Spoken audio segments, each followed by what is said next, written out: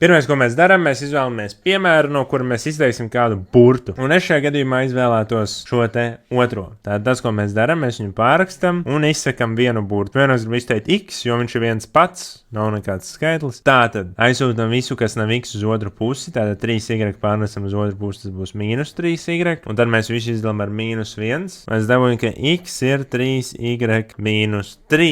Un tagad mēs šo te x ieliksim iekšā otrajā vienādojumā. Šādi te, kā tas izskatīsies. Tātad mēs pārrakstam šo te, un te mēs esam ieguvuši informāciju, ka īsnībā x zem x slēpjās 3y mīnus 3. Tātad 3y mīnus 3.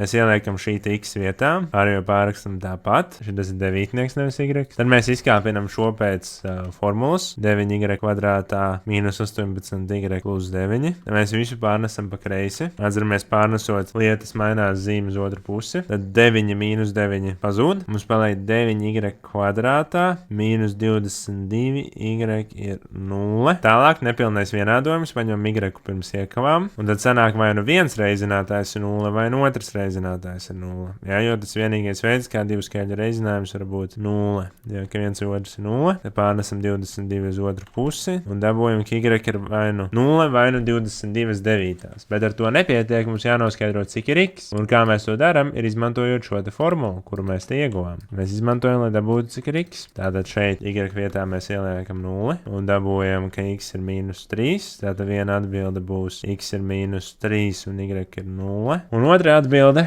ieliekam iekšā 3 reiz 22 devītās mīnus 3. Tātad te saīsinās un sanāk 22 trešās reiz mīnus 3.